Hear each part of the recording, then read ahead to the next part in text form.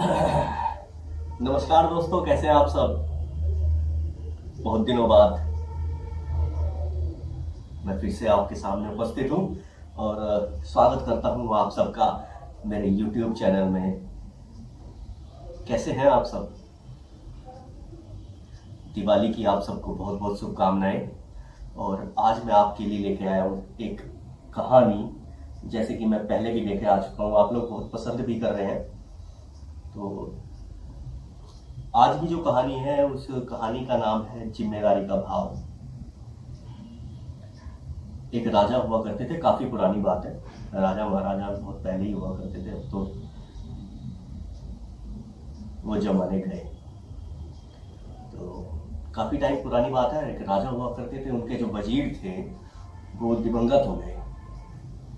तो अब राजा के जो वजीर है उनका पद रिक्त हो गया। तो राजा ने काफी कठिन परीक्षा ली और बहुत सारे उम्मीदवार थे, उनमें से 3 व्यक्ति चुने गए, 3 उम्मीदवार।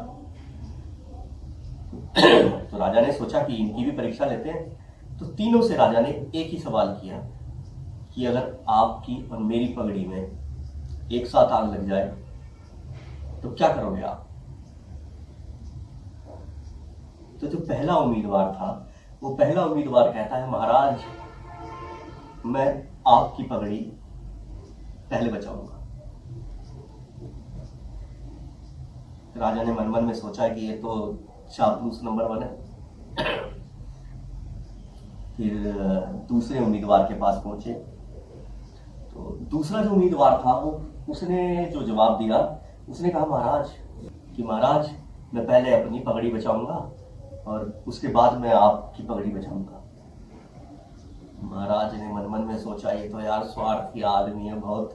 अब महाराज को इंतजार था तीसरे उम्मीदवार का, और तीसरे जो उम्मीदवार थे, महाराज ने यही सवाल किया उनसे, कोशिश की जानने की, क्योंकि पहले जो 2 व्यक्ति थे या 2 उम्मीदवार थे उनसे तो महाराज बिल्कुल असंतुष्ट हो गए थे। तो तीसरा जो व्यक्ति था, महाराज ने पूछा भाई क्या करोगे।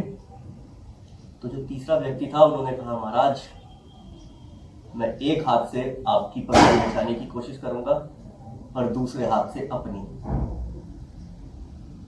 महाराज जवाब सुन के खुश हुए, क्योंकि जो आदमी पहले अपना सोच रहा है फिर दूसरे का सोच रहा है वो स्वार्थी है। जो आदमी चापलूसी कर रहा है नादान है भाई, किसी काम का नहीं है वो। लेकिन जो आदमी अपनी भी जिम्मेदारी समझ रहा है और साथ में दूसरे आदमी की भी जिम्मेदारी समझ रहा है तो वो जिम्मेदार व्यक्ति है, उसके अंदर जिम्मेदारी का भाव है।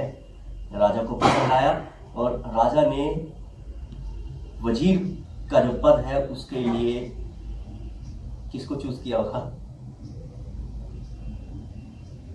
सही समझे आप। तीसरा जो उम्मीदवार था राजा ने उसको चूज किया। तो कैसी लगी आपको ये कहानी जरूर बताइएगा और कमेंट भी कर दीजिएगा, लाइक भी कर दीजिएगा। सब्सक्राइब आप करते ही नहीं हो, क्या बोलूं मैं, कर देना यार, सब्सक्राइब भी कर दो। आते रहते हैं आपके लाइक कमेंट आते रहते हैं, लेकिन सब्सक्राइब भी कर दो, चैनल शेयर भी कर देना। मैं फिर से कुछ दिनों के बाद कोशिश करूंगा एक नई वीडियो आपको दिखाने की या फिर लेके आने की। थोड़ा व्यस्त शेड्यूल चल रहा है और दिवाली की बहुत बहुत शुभकामनाएं आप सबको।